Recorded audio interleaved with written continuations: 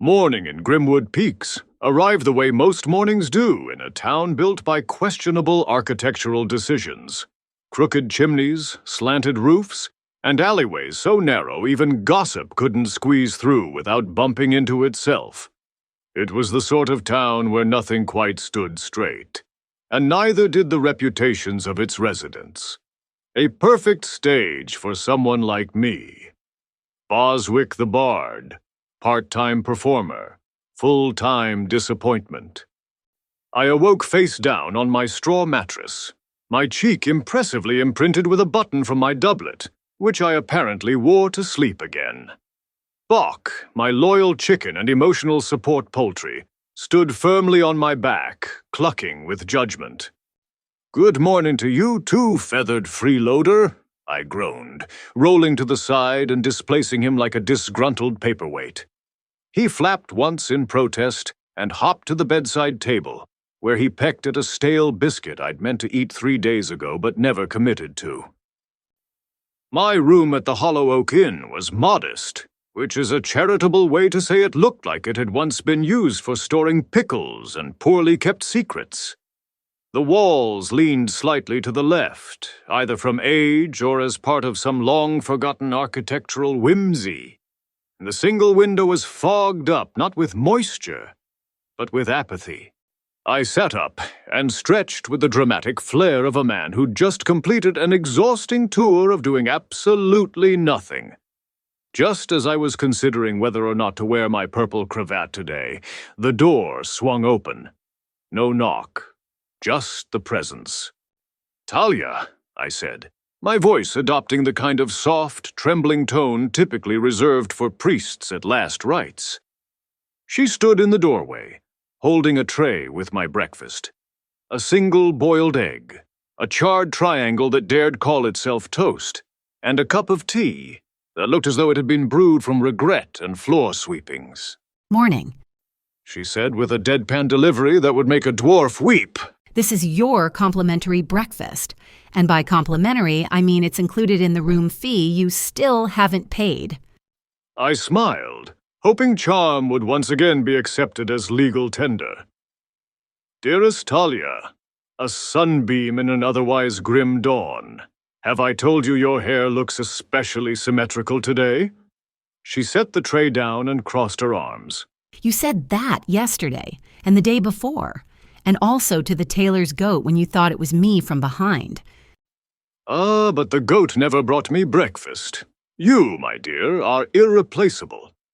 Talia exhaled slowly, the kind of exhale that said, "If you weren't mildly amusing, I would have kicked you into the streets months ago." "You owe me 2 nights' rent, Bozwick. I'm giving you until sundown before I rent this room out to someone with coin, or someone without a chicken." Bokk clucked, deeply insulted. "I'm securing funds as we speak," I said, dramatically lifting my tea as if it were a goblet of destiny. "Today I shall acquire the gold that sets me free. I can feel it. The muses are with me." "Better hope they're hiring," she muttered, turning on her heel and closing the door behind her with the same finality as a coffin lid. I looked at the egg. "Bokk," I said, "we are once again in the business of desperation." He stared. "Finish that biscuit. It might be our last meal unless I find work that doesn't require tools, lifting, sweating, or competence." I rose from the bed, donned my frayed boots, adjusted my overconfident smile in the cracked mirror, and patted Bokk on the head. Time to convince the city that Bozwick the Bard is worth a single gold coin. The Grimwood Peaks morning crowd moved like molasses with unresolved trauma. Traders grumbled while setting up their stalls.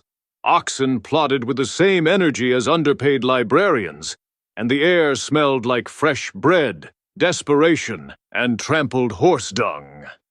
I stood in front of the town's creaky job board, which had all the charm of a broken promise nailed to a post. Bokk, perched on a crate beside me, tilted his head in judgment, his beak lightly tapping the wood as if to say, "Choose your misery already, Boz." The board itself was a chaotic mosaic of parchment notes in varying degrees of legibility and passive aggression. Let's see. Apprentice needed. Must not complain about blisters. Hello, that's a hard pass, I muttered.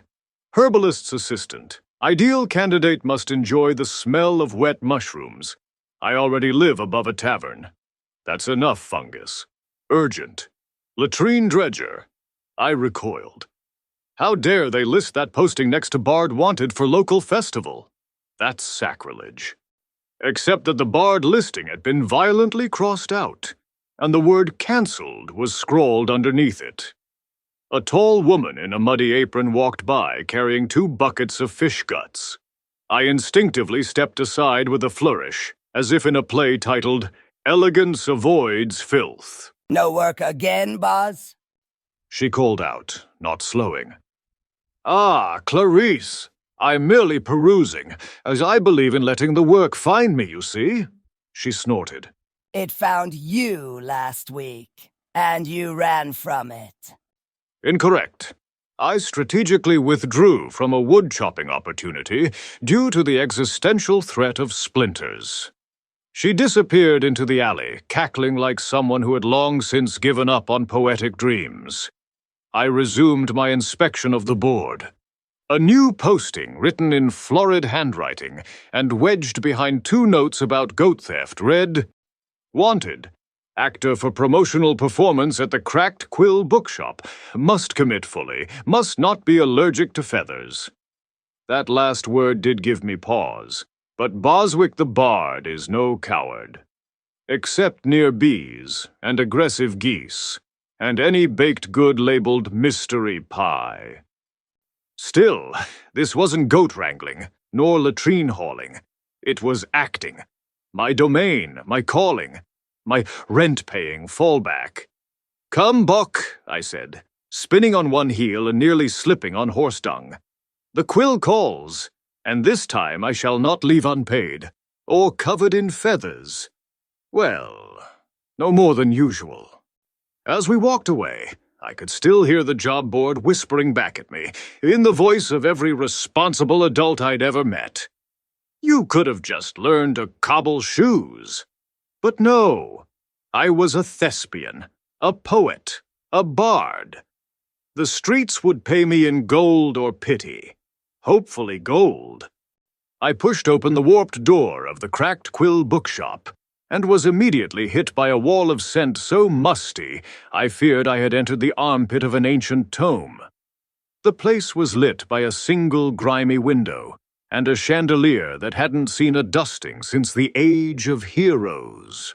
Assuming heroes even had feather dusters. The walls were packed floor to ceiling with crooked, overstuffed shelves. Books teetered at precarious angles like drunk nobles after a wine-tasting duel. Every available surface groaned under the weight of scrolls, atlases, and the occasional petrified sandwich someone had absent-mindedly left on a shelf while shopping here weeks ago. Standing behind a desk that looked more like a collapsed bookshelf was Morven, a man who seemed to have been partially pressed into the furniture by sheer disinterest.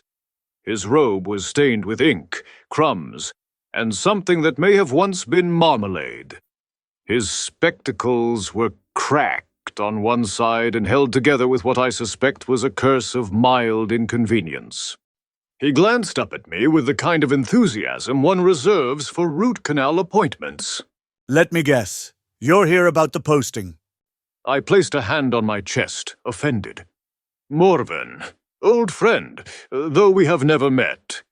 I do not apply for roles. I grace them with my presence." He blinked slowly. "You do know this is unpaid, yes?" My heart paused. My smile faltered. Then, like a true bard, I recovered. Unpaid in coin, perhaps. But compensated in prestige, exposure, and perhaps a catered snack? He grunted. "There's a chipped bowl of pickled eggs in the back.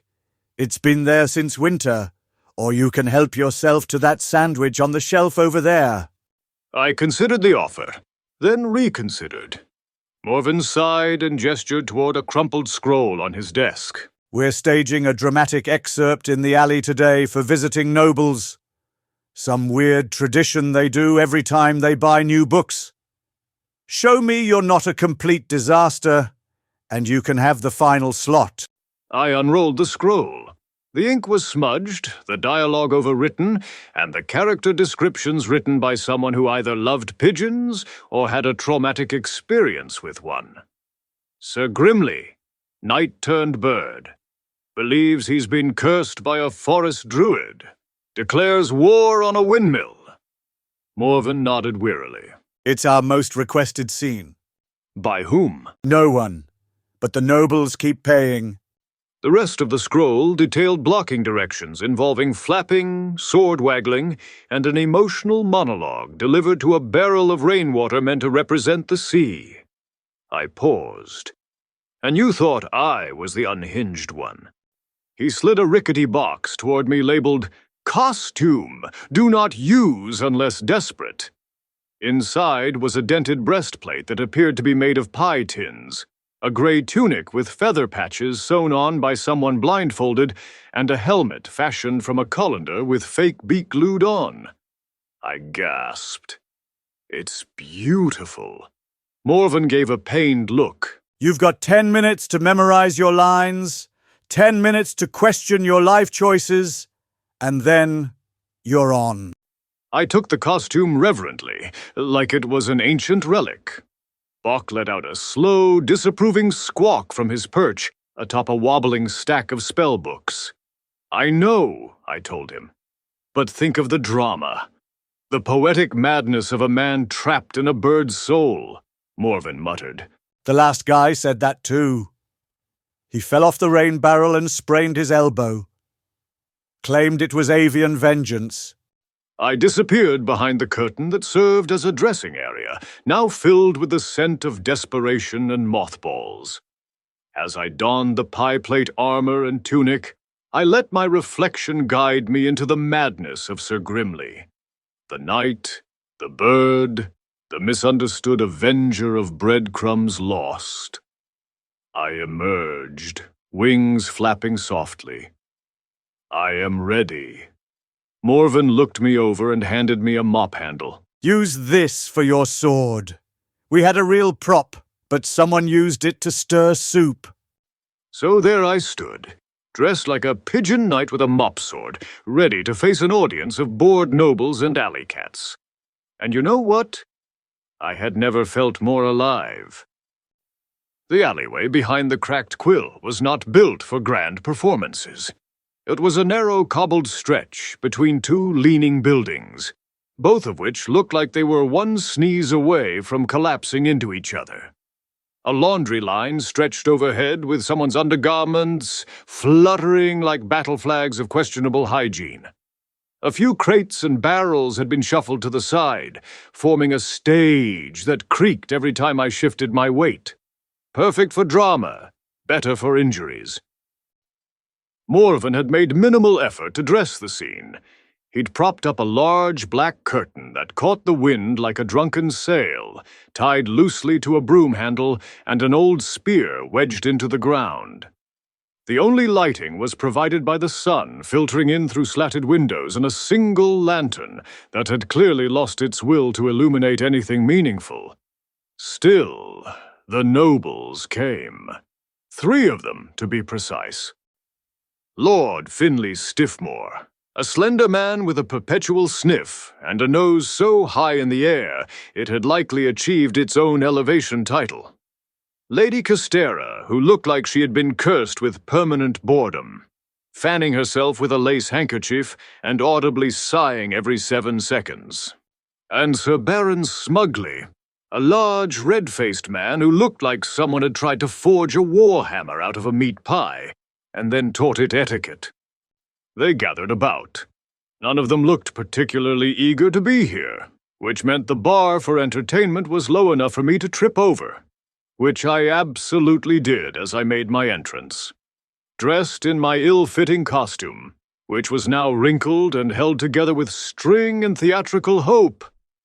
I emerged from behind the curtain, flapping my arms with all the conviction of a man who believed deeply in his own delusion. "I am Sir Grimly the Feathered," I declared, thumping my chest with one wing and sending a few paper feathers drifting lazily to the ground. Lady Castera let out an audible groan. Perfect. I had her exactly where I wanted her, visibly contemplating the sweet release of unconsciousness. I strutted forward on the stage like an overconfident rooster, clucking dramatically and flapping my arms with flourish. Bokk watched from the sidelines, head cocked, visibly unimpressed.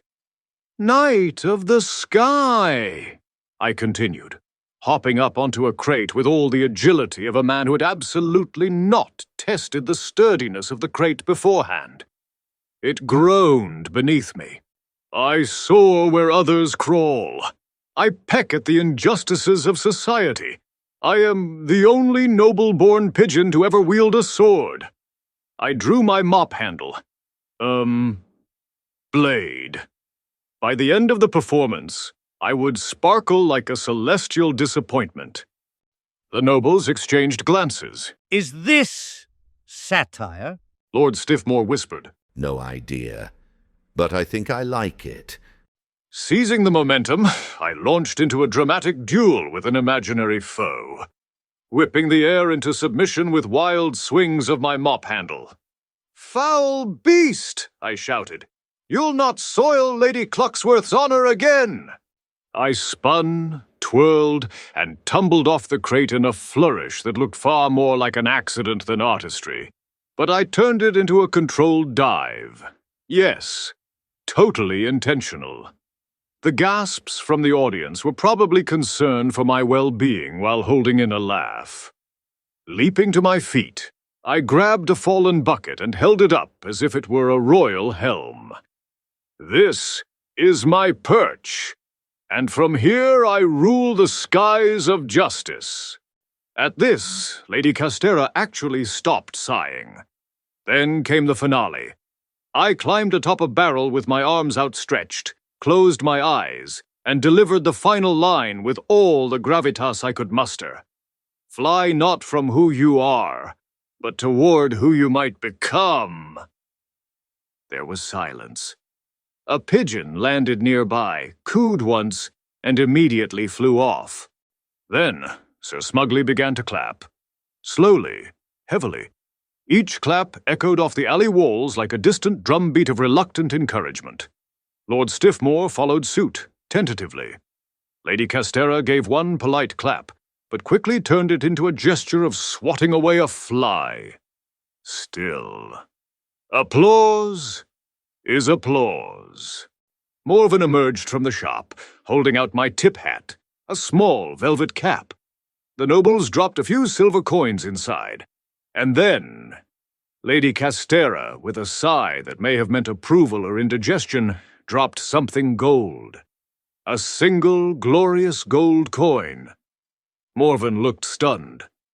I bowed deeply, almost losing my own balance, but sidestepped gracefully to maintain my posture. Bokk flapped up onto my shoulder, pecked a stray feather off my tunic, and let out a soft cluck. "We did it," I whispered. "You mocked. I flapped. They clapped. That's theater." Bokk did not reply, but he looked slightly less embarrassed than usual, which, frankly, was all the approval I ever needed. By the time I returned to the Hollow Oak Inn, the golden hue of late afternoon stretched across the cobbled streets like a poorly drawn painting. Warm, a little uneven, but comforting in its imperfection. I strutted through the door with Bokk under one arm, and the grace of a man who had finally scammed fate into doing him a favor. The tavern was half full, the usual cast of Grimwood regulars occupying their same spots like grumpy chess pieces. Old Maris the leather worker nursed a pint with the reverence of a priest. Two miners bickered over whose boots were muddier. And Yorna, the retired adventurer, turned lush, sat near the hearth, mumbling something about a cursed chair under her breath. Talia stood behind the bar, wiping down mugs with the kind of muscle memory that suggested she'd once considered throwing one at me, and just hadn't found the right mug yet. She looked up. Let me guess. You've come to pay your rent in cryptic poems and unsolicited lute solos, she said without missing a beat. I grinned, leaned an elbow on the counter, and slid the gold coin across to her like I was negotiating for the soul of a goblin king.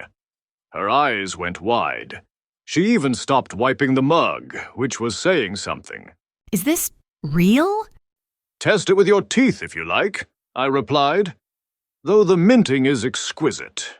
A subtle curve on the king's nose, don't you think? Regal, yet vaguely disappointed, just like my father. She picked up the coin slowly, as if it might vanish if she blinked. You actually earned a full gold coin?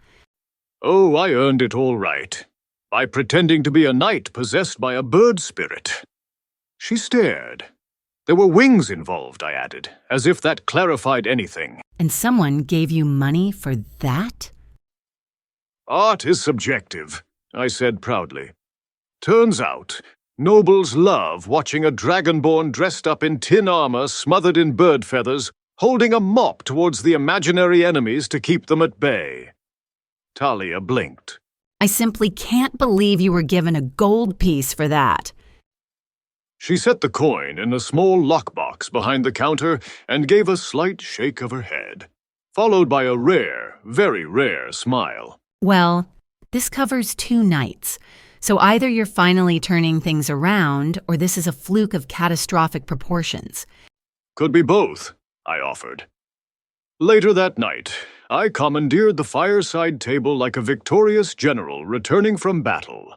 Bokk perched on a stool beside me, puffed up with the dignity of a feathered warlord surveying his kingdom. Talia brought over 2 steaming bowls of stew. On the house, she claimed, though I suspected it was her way of saying try not to starve again before next Tuesday. I raised my bowl to Bokk. To you, my friend, for tolerating my nonsense, for surviving the alley cat, and for not pooping on stage. He clucked once. A quiet, affirming sound. Tomorrow we look for more work, I said, spooning stew into my mouth between sentences. Something grand, something poetic, something that pays enough for me to finally replace my frayed boots. Bokk blinked. Okay, fine, something that pays enough for your corn feed, too. The inn hummed with quiet voices and firelight. The day's absurdity was beginning to soften in my mind like an overcooked dumpling, messy, strange, but oddly satisfying. As I leaned back in my chair, full of stew and mediocre decisions, I thought to myself, maybe, just maybe I'll get a second gold coin someday, and if I do, I might even save it. Or buy a matching outfit for Bokk. Feathered cap, maybe a tiny cloak. He deserves it.